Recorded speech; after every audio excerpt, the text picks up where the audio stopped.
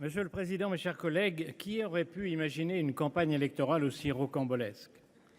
Une majorité présidentielle suppliant le président de se tenir à l'écart, un nouveau Front populaire terrifié à chaque prise de parole de son dirigeant le plus médiatique, des républicains en guerre contre leur chef, barricadés dans ses locaux après les avoir enfermés dehors. Le spectacle continue aujourd'hui. Depuis 10 jours, la gauche, en principe unie, somme le président de la République de lui livrer séance tenante les clés de Matignon, sans parvenir à s'accorder pour lui proposer un seul nom. Tout aussi ahurissant, mais plus inquiétant, Bruno Retailleau y faisait allusion tout à l'heure, sont les appels de l'extrême gauche à marcher sur Matignon et ceux d'une CGT LFisée à se rassembler devant l'Assemblée nationale pour, je cite, « la mettre sous surveillance ». Je pose la question avec gravité. Que signifie dans une démocratie la mise sous surveillance de l'Assemblée par une foule attroupée devant ses murs ?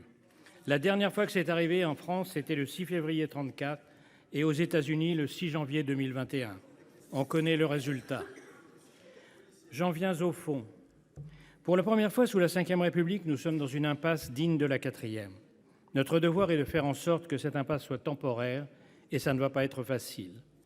D'abord parce que la Ve nous a habitués à nommer en un instant ces gouvernements, si bien qu'une situation banale chez nos voisins apparaît chez nous comme angoissante. Ensuite parce que, comme ailleurs, cette situation peut durer. Il faut du temps pour se parler et faire des compromis.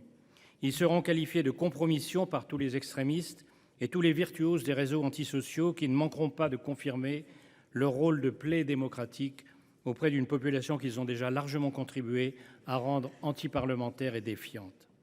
Enfin, la perspective de l'élection présidentielle n'incite personne, une fois n'est pas coutume, à rejoindre un gouvernement qui sera fragile à l'Assemblée et impopulaire du fait des contraintes de la dette et des décisions difficiles qu'elle impose. Des trois blocs, le Rassemblement national, en forte progression, ne peut gouverner faute d'alliés.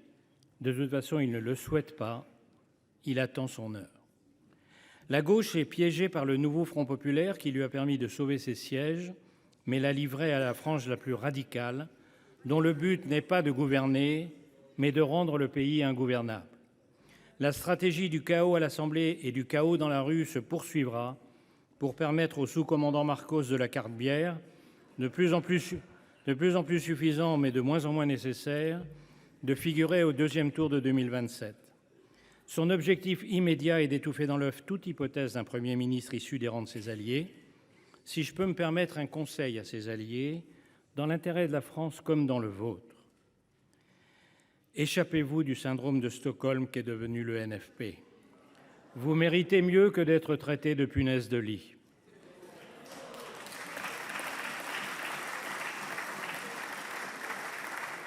Pas de Front national, pas de Front populaire, la seule hypothèse possible est celle du Front républicain. Elle suppose, comme chez nos voisins, mais à rebours des traditions françaises, l'alliance de tous les démocrates, depuis la droite républicaine jusqu'à la gauche de gouvernement.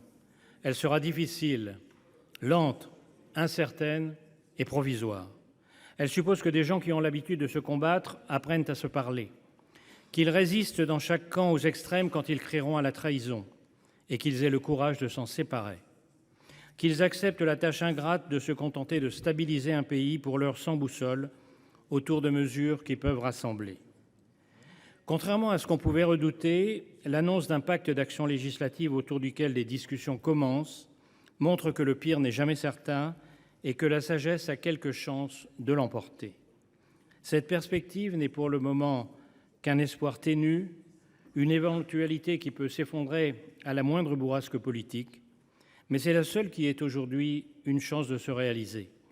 Je ne doute pas qu'une majorité de notre Assemblée défende le choix de la sagesse dans ce moment difficile. Notre groupe ne ménagera pas ses efforts pour y parvenir. Je vous remercie. Merci, Monsieur le Président.